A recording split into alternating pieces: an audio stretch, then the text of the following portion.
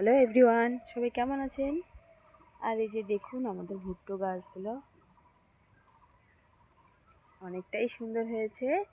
তো বাকিদের যারা যারা আমাদের এদিকে ভুট্টা করেছে তাদের তুলনায় কিন্তু আমাদের ভুট্টা ক্ষেতটা ততটাও সুন্দর হয়নি। মানে আমাদের কিন্তু অনেক ঘাটতি হয়েছে, অনেক লস হয়ে গেল এই ভুট্টা ক্ষেতটা করে। কারণ অনেক টাকা ব্যয় করে খরচ করে হাল লাগিয়ে হাল লাগাইনি, আমরা বিনা কর্ষণে এই ভুট্টাগুলো লাগিয়েছি। তো শুনেছিলাম যে খুব ভালো হয় বিনা কর্ষণে ভুট্টা চাষ। আর ভুট্টা বীজগুলো যখন নিয়ে এসেছিলাম তখনও সেগুলোর একটা খরচা হয়েছিল মোটামুটি অনেকটাই। আর এগুলো তো লেবার দিয়ে করা হয়েছে, এক একটা গর্ত করে এক একটা ভুট্টা পোতানো হয়েছে বীজ, আর তার সাথে তো সার ছিল।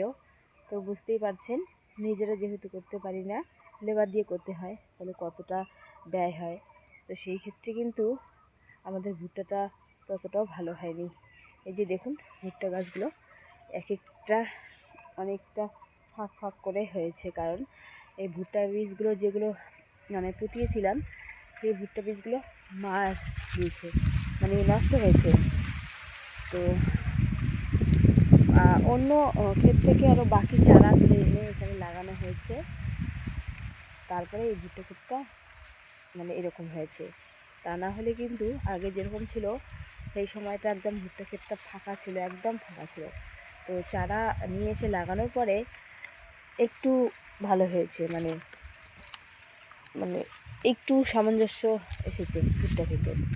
আর এই ভুট্টা ক্ষেতটা দেখুন, এতে কিন্তু আমাদের এই যে দেখুন কলা এসেছে, এগুলো এখনও কচি কচি, এগুলো কিন্তু পোড়া খেতে ভীষণ টেস্টি।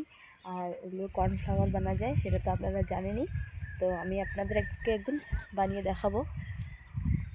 আর দেখুন, তো এই ভুট্টা গাছগুলোর অবস্থা দেখুন, এখনও চিকন চিকন ভুট্টা কিন্তু এসেছে অলরেডি, কিন্তু খুব চিকন। আর প্রচুর হাওয়া উঠেছে। আর আমি এখন এসেছি ভুট্টা খেতে।